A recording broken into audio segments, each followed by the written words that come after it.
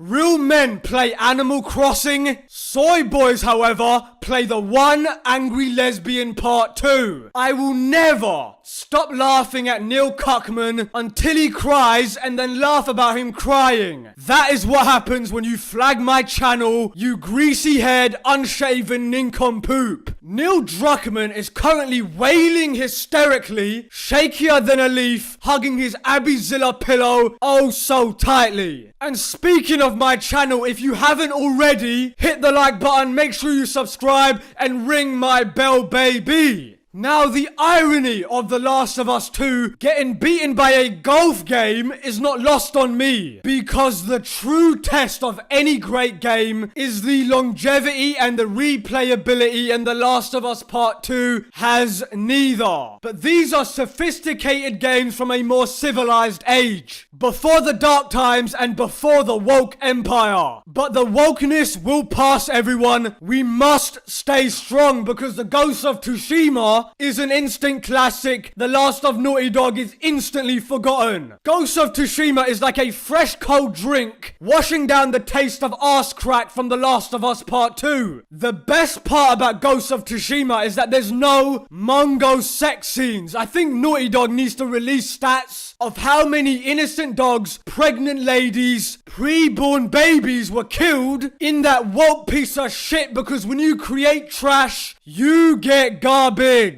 The police officers in the United States do not need to use tear gas on protesters. All they need is a 4K image of Druckmann, Bravo 6 going in dry, raw dogging Abbyzilla, plastered on their riot shields. That would do the trick. And speaking of vandalism, hardly any copies of The Last of Us 2 were stolen during the riots. Even the looters know how bad the game is. They were probably like, oh my god, it's untouched and full of dust. Ew. Anyway, look, in my eyes, The Last of Us 2 never existed. The story finished with the first one because the insufferable lesbian fanfiction is insufferable. Who would have thunk? Sucker Punch really hit the jackpot releasing their game before The Last of Us 2, because Neil Sucksman, who will never make another good game again, literally did all the marketing for them. As far as the actual game goes, Lady Masako's backstory alone is more interesting and believable than the entire Last of Us 2 plot. I mean, the Ghost of Tsushima photo mode is better than the Last of Us 2 plot. Even the plastic box that Tsushima came in is more entertaining and makes more sense than that diabolical cancer AIDS. And the SJWs are still crying in the distance, but we gave The Last of Us 2 a 10 out of 10 masterpiece. Yay! Yeah, we gave it a 10 out of 10 masterpiece. Yeah, shut the fuck up. We need to change the meaning of the word masterpiece. That word has become as irrelevant as the trash shield journalist who used it. It makes sense though when you sit back and look at it why the SJWs would hate Ghost of Tsushima, because the samurai are the definition of masculinity and male honor culture. Luckily, Japan hasn't been invaded by SJWs and identity politics, because what Neil Druckmann and those idiots at Naughty Dog need to realize, these cretinous morons don't buy games, they don't watch movies or any other entertainment, but their soft brains urges them to control it nonetheless. So if you pander to these weirdos, you get what you deserve. And on that bombshell, thank you for watching. Manix out.